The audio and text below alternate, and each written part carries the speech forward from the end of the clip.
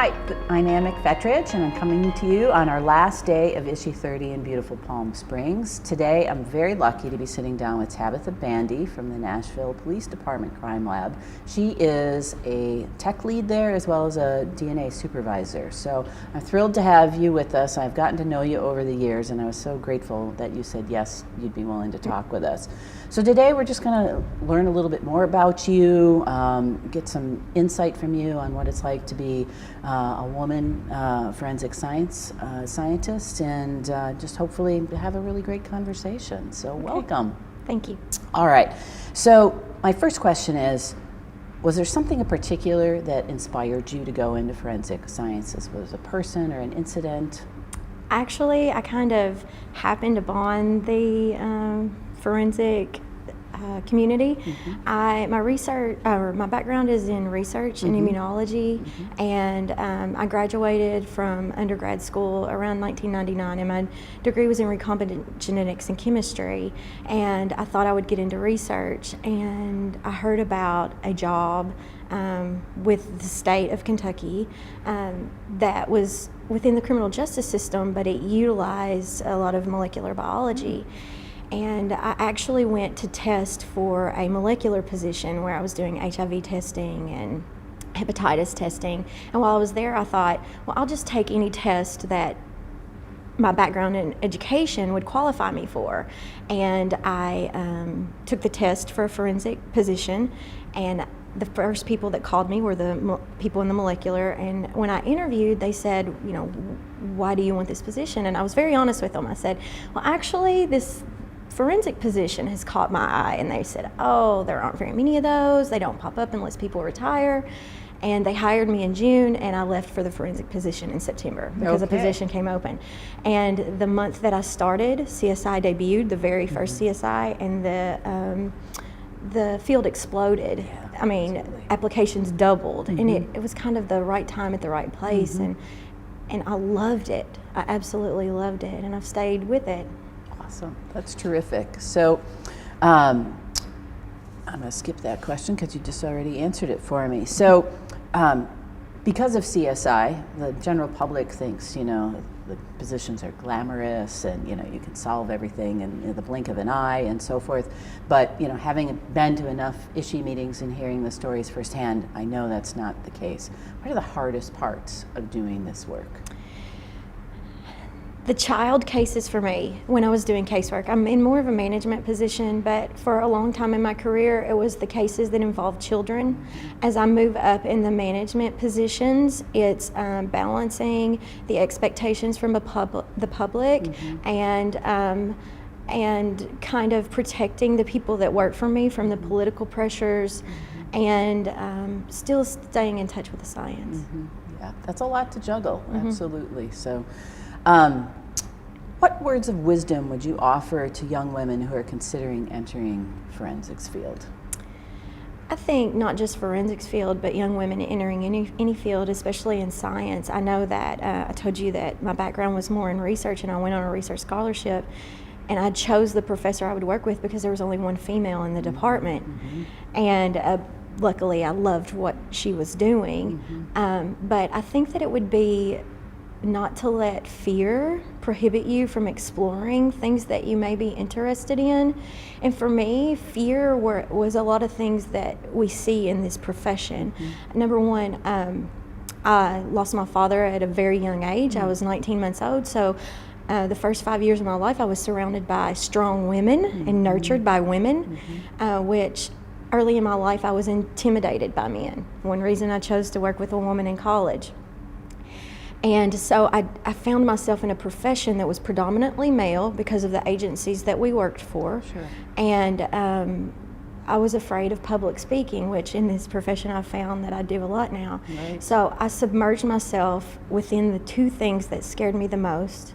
And then later on I would find as I traveled the country that my fear was perceptions of people.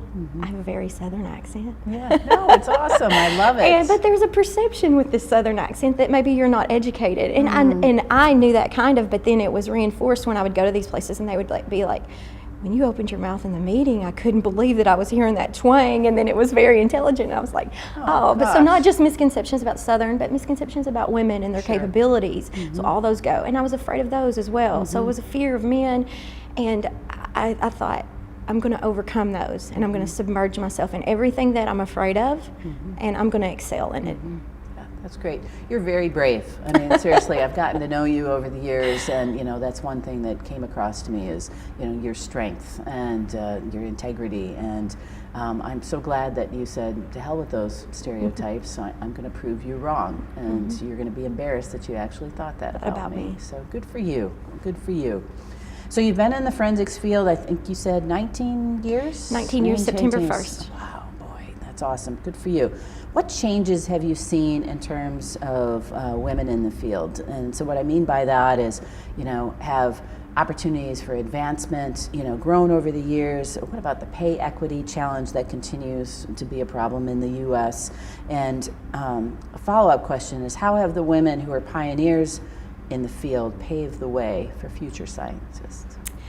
So, first of all, twofold. On the pay equity side, a lot of the jobs exist in government, so for us it is across the board, but I have worked in the private sector too, and that seems to be where there can be a larger discrepancy. Although I have heard horrible rumors where a person would get a job for advancement, even in government. Well, he's got a family to support, and females don't support their families, and I've heard of that over the years, but not to know. I'm sure that exists, but in the government field, we see. I think, maybe this is naive, more equal pay because they are government positions.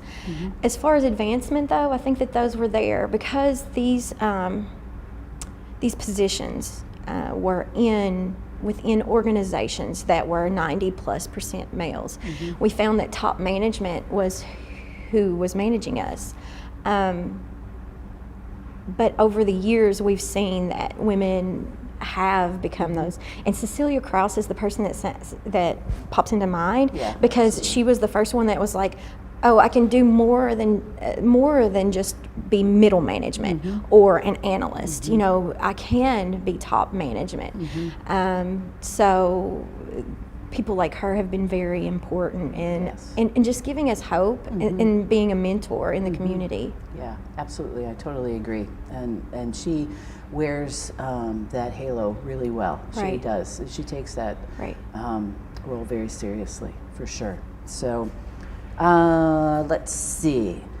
In many fields, being a mother creates an extra challenge when you're striving for career advancement. I know you have children. We've talked about our kiddos. So has this been the case for you? And if so, do you have any advice for how others might overcome it?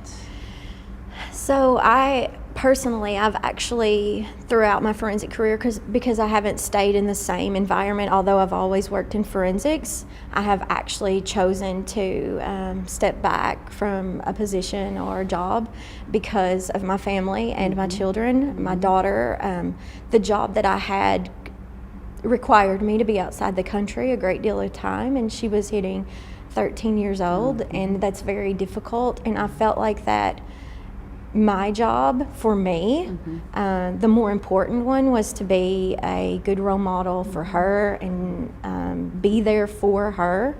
So my advice to them is, I was afraid that my career would suffer in making that decision, but it didn't. It propagated. So my advice to them is, don't think that because you put your family first that it has to be one or the other. But at the same time, they also need to, do self-care and don't try to stretch themselves too thin. But it's okay to choose your family. It's okay to choose your children if that's where you feel that you should be. Absolutely. So I was actually really surprised during the series of interviews that I'm doing. I was talking to a couple of the ISHI ambassadors, and they're both mothers of young children.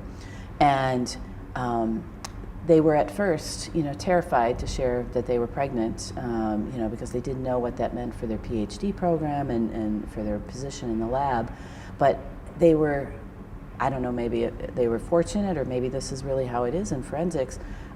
their bosses, who were men, were like, okay, do what you need to do, take care of your kid. They follow up when they know that one of their kids is sick and say, how's she feeling today? Do you need to leave early to take care? And just being really supportive. And I've seen the other side, being in the previous companies and so forth, it isn't that way. And certainly in academia, it's often not that way. So I hope that's not unique to their circumstances, and that it's more common in our field than others. So kudos to the enlightened men who are in leadership roles, who are recognizing that it is possible for a mother to do her job well and still be a mother, but occasionally, things have to shift for a little bit, and there's nothing wrong with that.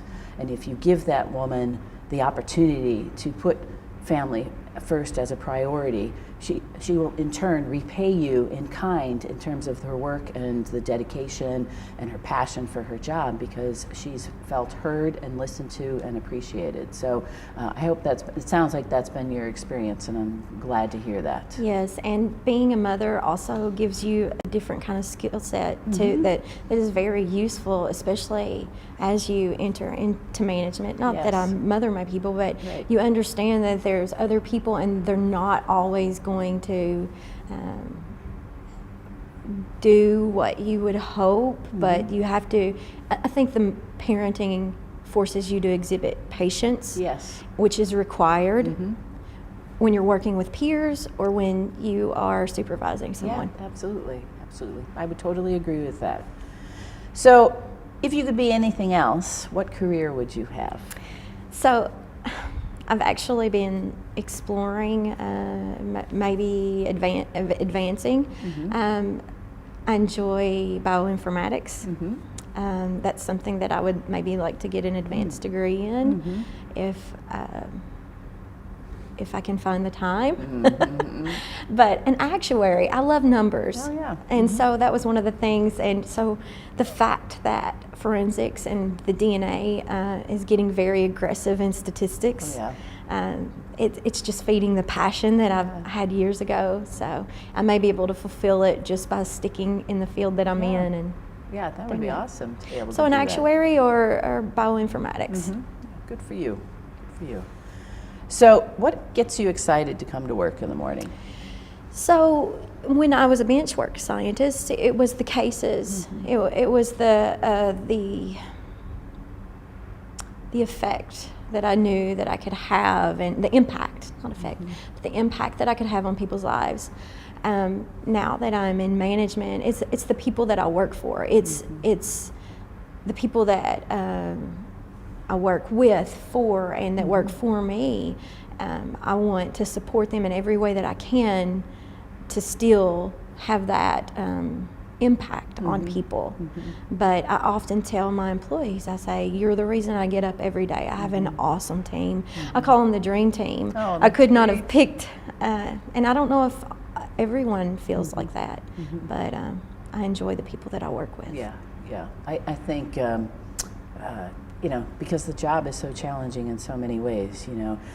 You're facing political pressure, you're getting pressure within the department, from the press, from the public, and then at the same time, you want to do right by the people who are on your team and give them opportunities to stretch and grow and contribute and feel that their work, continues to be meaningful despite the bureaucracy and some of the silliness that they are exposed to as part of the role. So I think it's, fantastic that you reinforce with them that, you're the reason I'm here, right? I often tell my team that I'm not doing a good job as a manager if I'm not giving them opportunities to shine and to grow and challenge themselves, right? Nobody wants to stand still and be stagnant. So kudos to you. So this is one of my favorite questions. If you could have one superpower, what would it be? I think it would be time travel. Oh, yeah. Because where would you go? Mine in the sense of my job, that I wish I could reverse time so that people weren't exposed to some of the crimes that, if they knew what they knew. Yeah, that's a good point. So is there a particular era or time, like just if you could do So it for outside fun? of the job for fun, where would you So go? that's one of the things. Palm Springs wasn't on my bucket list, and Mm-hmm. still until I decided to come and do this, and I started seeing that it was old Hollywood. Oh yeah. So my grandmother was Mm-hmm. very influential in my life, and you know, she lived in the 40s and the 50s and post World War II.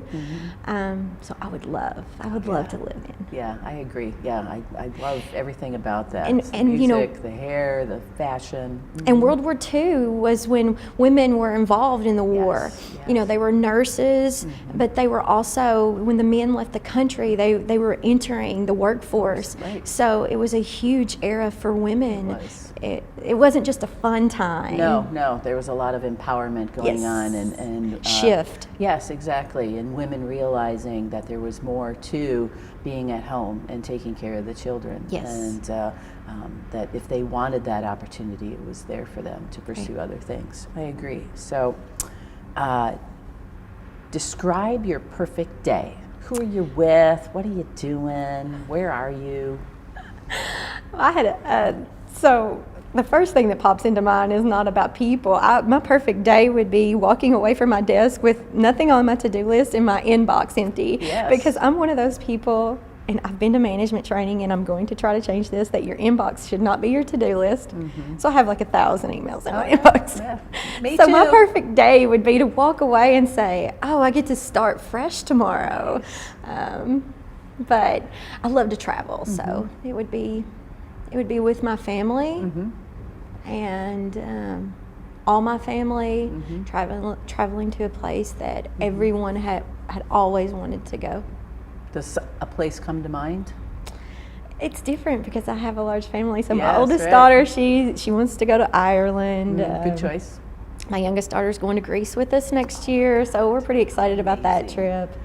And my son's more of a snowboarding so I don't know if that's why it would be perfect, because we would go somewhere that everyone would enjoy. Exactly, and the day would be 10 days worth of 24 hours so that you could get time everywhere. So good for you. I've really appreciated talking with you. I always enjoy the time that Thank I get you. with you. You're such a delight, so thank Thank you you. so much for taking the time out. I hope you enjoyed it. Thank you.